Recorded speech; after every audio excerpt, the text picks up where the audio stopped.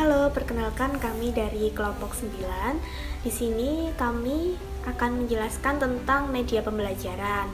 Kami beranggotakan 3 orang, yaitu yang pertama saya, Milenia Elma Sutriasari, selanjutnya ada teman saya, Lulu Zuriati dan Novita Mulia Putri.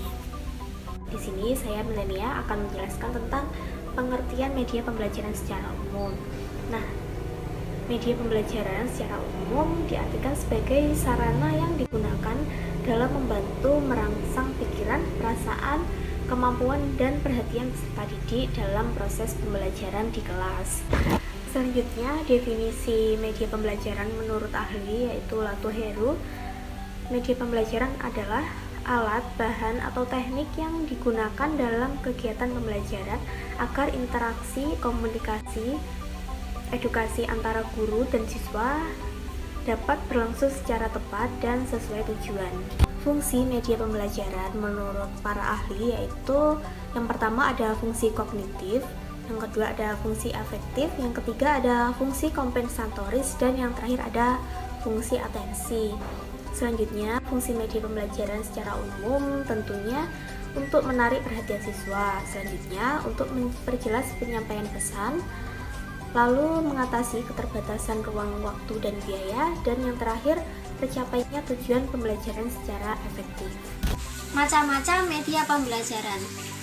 Dalam proses belajar mengajar terdapat 3 media pembelajaran, yaitu yang pertama, media visual. Media visual adalah suatu sumber belajar yang disajikan dengan menarik.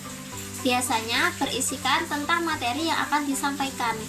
Dan penerapan media visual ini menggunakan indera penglihatan.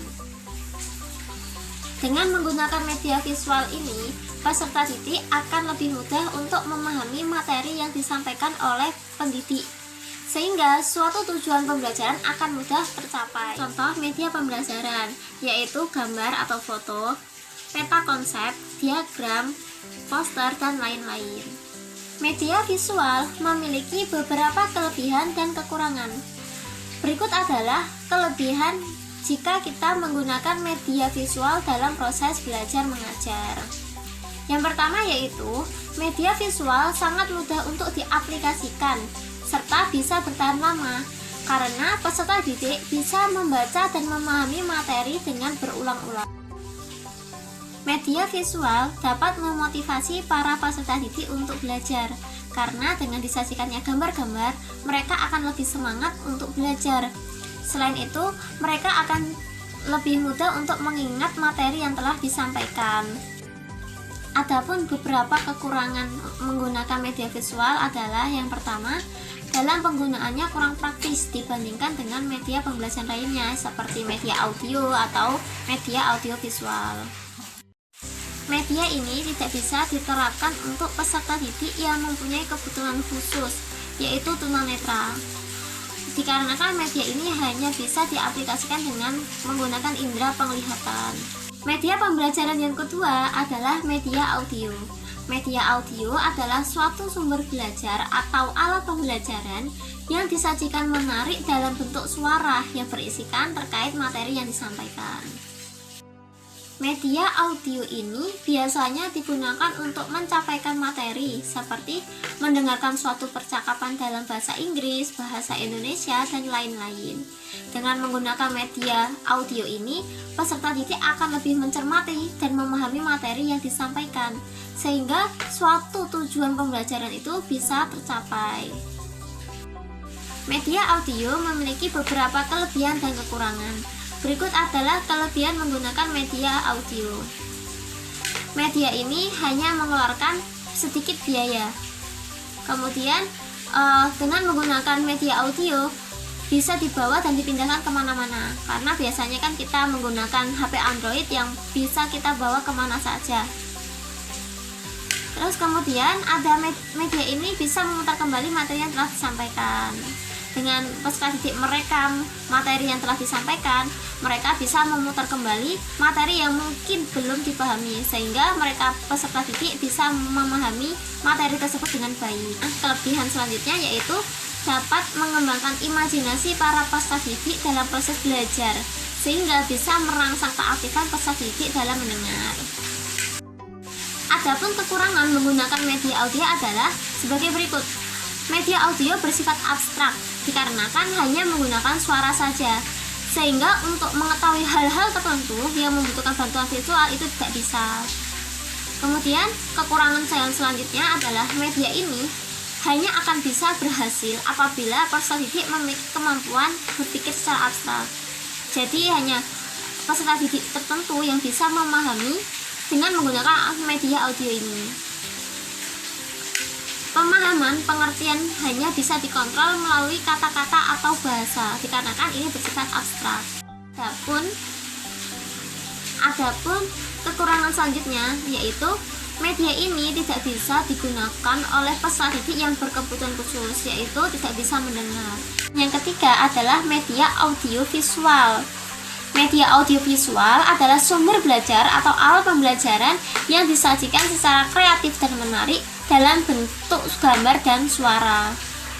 Kemudian, macam-macam jenis audiovisual dibagi menjadi dua, yaitu audiovisual murni dan audiovisual tidak murni. Audiovisual murni adalah media pembelajaran yang menyajikan unsur gambar dan unsur suara. Biasanya media ini sering disebut dengan audiovisual gerak. Unsur suara dan gambar tersebut berasal dari sumber-sumber tertentu seperti video, film, dan televisi. Audiovisual tidak murni adalah media pembelajaran yang menyajikan unsur gambar dan suara. Akan tetapi, unsur suara dan gambar berasal dari sumber yang berbeda, yaitu seperti film bingkai suara atau biasa disebut dengan slideshow. Media audiovisual juga memiliki beberapa kelebihan dan kekurangan. Kelebihannya yaitu harganya tidak terlalu mahal dan bisa digunakan berkali-kali. Kalau sekarang biasanya bisa menggunakan Android, itu bisa digunakan berkali-kali dan berulang-ulang dan tidak menghabiskan banyak biaya. Media audiovisual ini sangat menarik dan praktis sehingga bisa membuat para peserta didik untuk semangat dalam belajar. Penggunaan media ini tidak terikat dengan waktu, jadi kapanpun bisa ditonton sesuai dengan kehendak kita. Adapun kekurangan menggunakan media ini adalah peserta didik tidak dapat mengikuti pembelajaran dengan baik apabila video diputar secara cepat. Harus menggunakan ruangan yang gelap jika menggunakan film bingkai suara gelap, sehingga video itu bisa dilihat dengan jelas. Bahkan media audiovisual ini cenderung lebih rumit jika dibandingkan dengan media visual dan media audio, serta dalam menyajikannya harus memiliki keterampilan khusus. Kemudian yang terakhir, dalam penggunaan televisi cenderung lebih rumit karena tidak bisa dibawa kemana-mana. Di sini saya akan menjelaskan mengenai media pembelajaran. Manfaat media pembelajaran menurut Rustiah tahun 1989 dibedakan menjadi beberapa diantaranya yaitu 1. Meningkatkan perhatian peserta didik, 2. Mencegah verbalisme, 3. Memberikan pengalaman secara langsung dan nyata, 4. Membantu menemukan pemikiran yang teratur dan sistematis, 5. Dapat berorientasi langsung dengan lingkungan dan membentuk suatu kesatuan, yang keenam membangkitkan motivasi kegiatan belajar serta memberikan pengalaman yang menyeluruh. Kriteria pemilihan media pembelajaran. Menurut Arif S. Sudirman, kriteria pemilihan media pembelajaran dibedakan menjadi 6, yaitu 1. Menganalisis kebutuhan dan karakteristik, 2. Merumuskan tujuan instruksional, 3. Merumuskan butir-butir materi secara terperinci yang mendukung tercapainya suatu tujuan pembelajaran. Yang keempat, mengembangkan alat pengukur keberhasilan. Yang kelima, menulis naskah media. Dan yang keenam, mengadakan tes dan revisi. Kriteria pemilihan media pembelajaran secara general atau secara umum dibedakan menjadi 7, yaitu 1. Tujuan, di mana media pembelajaran harus memiliki manfaat dalam mencapai tujuan yang telah ditetapkan dalam suatu kegiatan pembelajaran. Yang kedua, efektivitas, di mana media pembelajaran harus efektif untuk mencapai tujuan pembelajaran. Yang ketiga, kemampuan guru dan siswa. Yang keempat, fleksibilitas, di mana media pembelajaran harus fleksibel dalam segala situasi atau kondisi tertentu. Yang kelima, ketersediaan media, di mana media pembelajaran harus mudah dicari. Dan yang keenam, manfaat, di mana media pembelajaran harus memiliki manfaat sehingga materi pembelajaran yang disampaikan dapat tercerna atau tertangkap oleh peserta didik. Dan yang terakhir yaitu kualitas, di mana media pembelajaran harus memiliki kualitas sehingga tujuan pembelajaran dapat tercapai dalam suatu pembelajaran. Sekian presentasi dari kelompok 9. Apabila ada salah kata kami mohon maaf. Assalamualaikum warahmatullahi wabarakatuh.